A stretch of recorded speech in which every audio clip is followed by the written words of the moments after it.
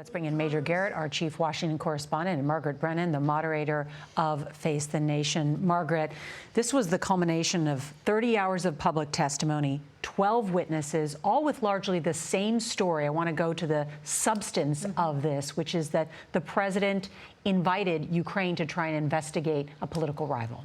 That's right, and withheld aid already approved by the U.S. Congress in the hopes of pressuring the Ukrainian president to at least announce, if not follow through, an investigation. Where the ambassador to the European Union says it was a quid pro quo. Yes, exactly that. The one sort of caveat he threw in is that the president didn't directly tell him.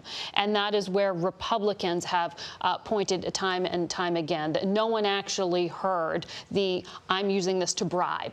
But there was a consistent string of State Department and national security officials who testified under oath that they were witness to the planning of this, the conversations both at the White House and in Ukraine to exert this pressure to get something in return, specifically an investigation opened into the former vice president and his son as regards a Ukrainian gas company that Hunter Biden served on the board of.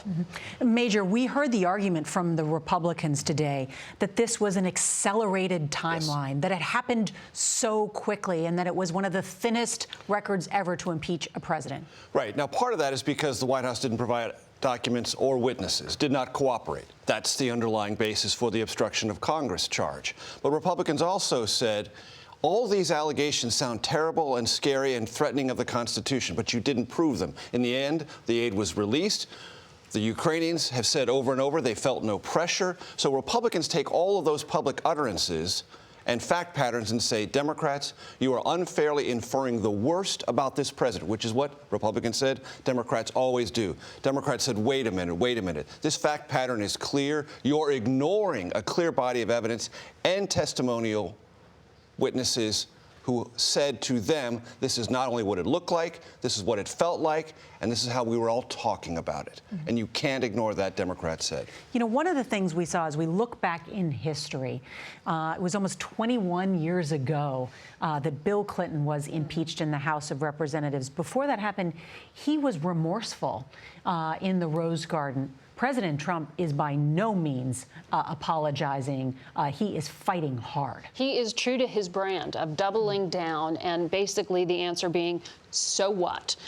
From the beginning, with releasing the so-called transcript or call record, saying, okay, you're saying there are questions here. Here you go. Take a look at my record of things. Rudy Giuliani, just in the past few days, his personal attorney, has gone on multiple television shows and described his effort to remove the ambassador to the Ukraine because he thought she was getting in the way of his personal agenda. So all of that, it seems bold. It's brazen. It is very President Trump, and he will now run as the very first president to ever be impeached and then had to go out on the campaign trail and run for re-election. And we don't know if there's ultimately a political cost to him on that level, but for today, it certainly hurts. And that's what's extraordinary about this, because both Clinton and Nixon were in their second terms. Nixon, of course, resigned after that ruling from the Supreme Court, and Bill Clinton was in his second term and was able to serve that time out. That's what's different, is that this is the first time in our history where we will see. We are plowing right into a re-election campaign. It will be a stark reminder of what the president did, what he says he didn't do, and the underlying assumptions that feed into both Republican and Democratic attitudes about President Trump. Impeachment will be locked in to the 2020 conversation. Absolutely. All right. Major Garrett and Margaret Brennan, thank you.